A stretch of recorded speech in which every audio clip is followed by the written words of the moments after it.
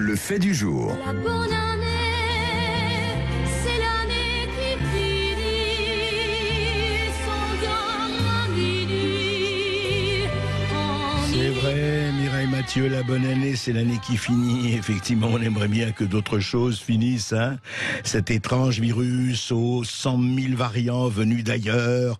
Nous attendons les prochains. J'espère qu'ils ne viendront jamais. Mais auparavant, évidemment, il y a eu beaucoup de choses qui se sont passées ces jours-ci. Et notamment la nouvelle promotion de la Légion d'honneur, hein, qui vient d'être décernée par les princes qui nous gouvernent. Vous savez que la Légion d'honneur, au départ, c'était destinée aux militaires, aux guerriers, à ceux qui risquent leur vie pour le pays, à ceux qui vraiment prennent des risques et pas seulement des risques verbaux et salivaires, des risques physiques.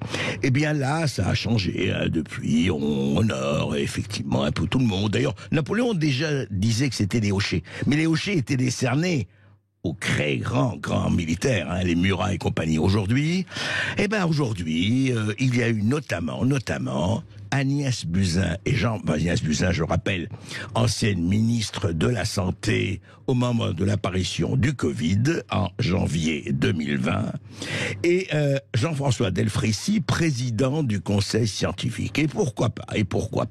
Honorons.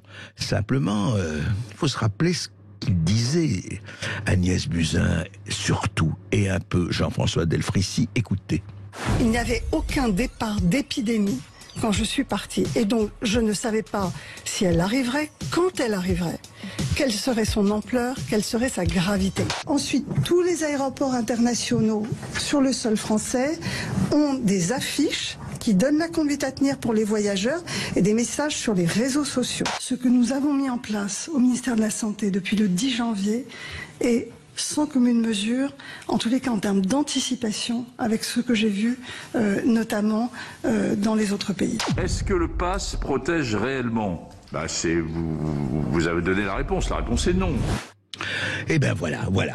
Il y a effectivement la franchise de Delfrécy et alors l'extraordinaire instinct de prévision d'Agnès Buzyn, qui est une véritable visionnaire. Elle ne savait rien, elle n'avait rien entendu. Pourtant, c'est pas ce qu'elle a déclaré dans un interview au quotidien Le Monde, rappelez-vous, où elle disait c'est terrible, je voyais déjà la catastrophe, ces élections municipales sont une mascarade, etc.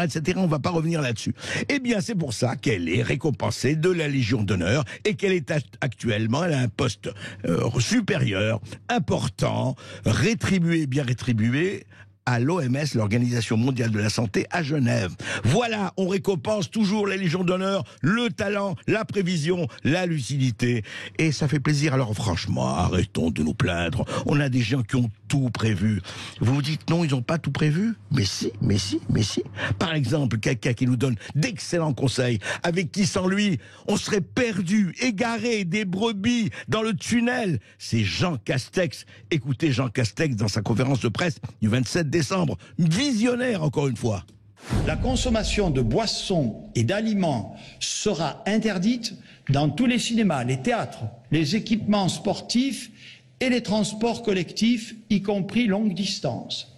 Pour freiner Omicron, la consommation dans les bars et cafés ne pourra plus se faire seulement debout, mais seulement de manière assise. Alors là, je trouve qu'il a totalement raison. André, si je puis me permettre, il y a une épidémie en cours. Oui, donc votre côté anarchiste, s'il vous plaît. Excusez-moi, je me suis mis debout et j'ai absolument oublié que le Covid sévit à plus d'1,50 m de hauteur. Alors, s'il vous plaît, auditeurs, là, c'est là où les femmes reprennent le pouvoir. Les femmes dans les toilettes, elles sont assises. Nous, on fait ça debout. Non, c'est fini. Tout le monde, position assise dans tous les domaines, auditeurs de Sud Radio. Non, ne rigolez pas là. Jean Castex nous l'a dit, il l'a dit, consommation debout terminée, parce que le virus Covid-19, dans tous ses variants, fait susurre dans l'oreille de Castex et il lui dit voilà, Castex, assieds-toi, sinon tu es fini. Et alors dans le train, évidemment, ça va être ça, formidable dans le train. Non, vous mangez plus, vous buvez plus, etc. Alors il paraît que ça a été un peu allégé. Non, on donne pas, non, vous pourrez enlever votre masque au moment où vous avalez une bouchée. Mais attention, hein, vous avalez une bouchée, vous buvez, et puis remettez votre masque. Voilà pourquoi Castex, pour moi, doit être Premier ministre pour l'éternité. Jusqu'à la fin, nous voulons Castex. Des hommes politiques de cette trempe, de cette intelligence et de cette vision, on en a une fois par siècle, donc gardons-le. Et après, c'est pas fini, évidemment. Alors, il y a aussi, on s'est demandé, mais qui étaient ces gens qui ne voulaient pas se faire vacciner ou qui ne se vaccinaient pas, qui n'étaient pas spécialement anti-vax? Et puis ces gens qui, même s'ils ont été vaccinés, comme moi d'ailleurs, se disent que quand même, il y aurait une certaine discrimination, certaines différences de traitement entre ceux qui se font vacciner ou ceux qui ne se sont pas encore fait vacciner, qui témoigneraient quand même du point de vue de la liberté, de l'égalité, de la fraternité, comment dirais-je, d'une démarche en géométrie très variable. Eh bien, Olivier Véran, il nous a expliqué ce que sont ceux qui ne veulent pas se faire vacciner jusqu'ici.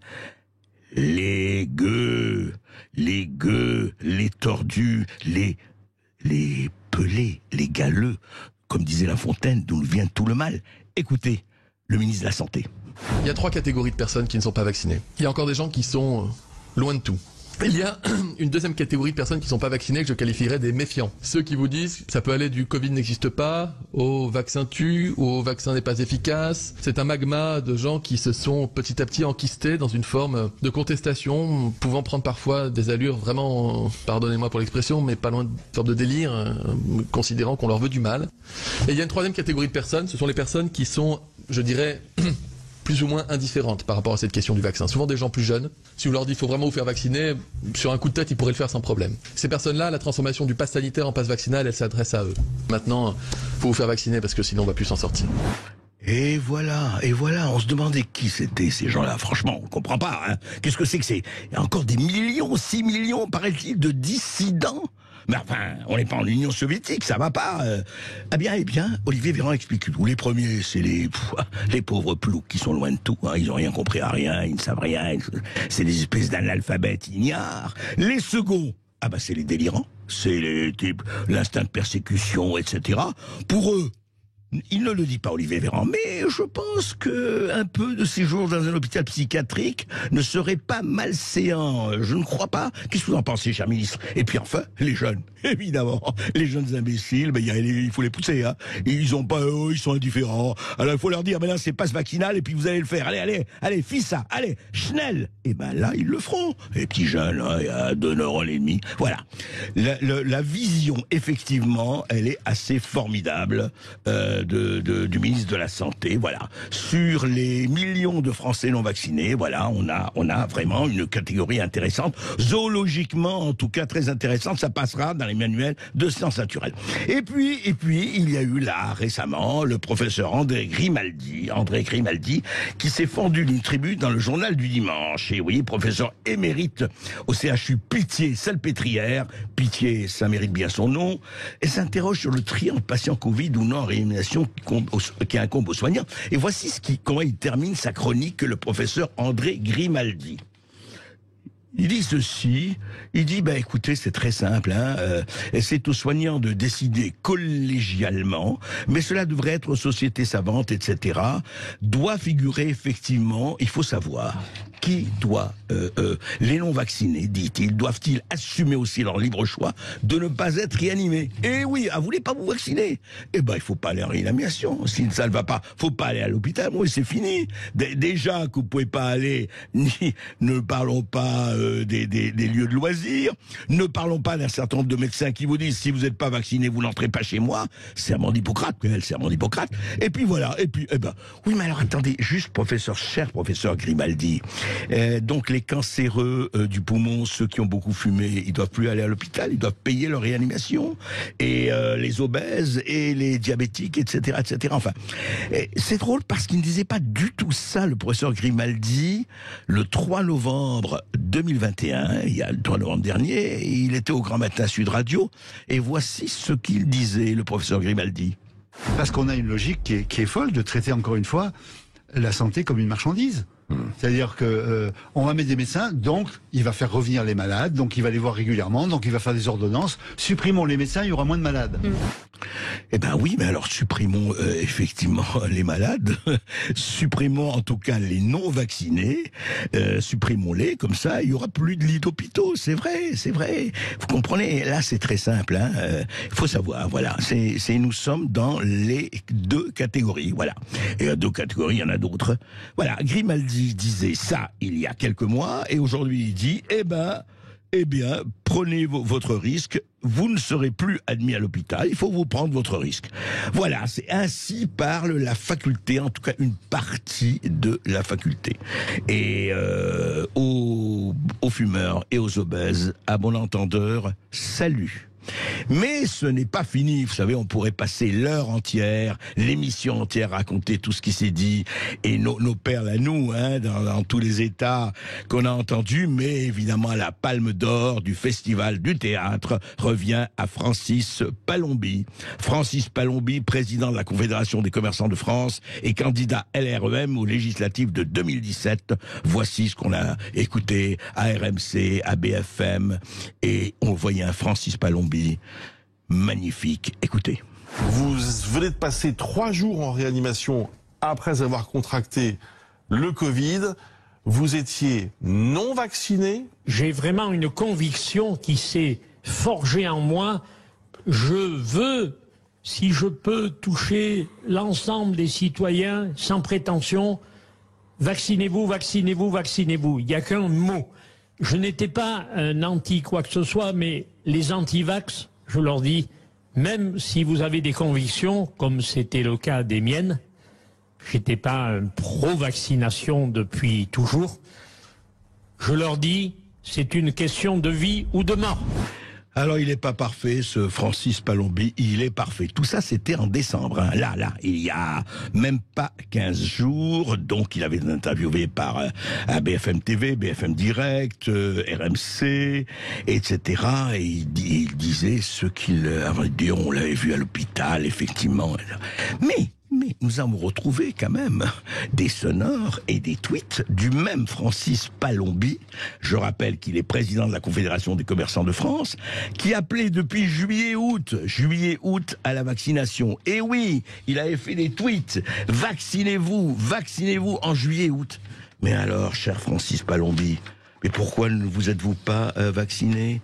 Pourquoi en juillet-août, alors que vous appeliez la population entière à s'injecter effectivement le vaccin ARN messager de Pfizer ou de Moderna, vous ne vous êtes pas fait vacciner, ce que vous dites? Et voilà.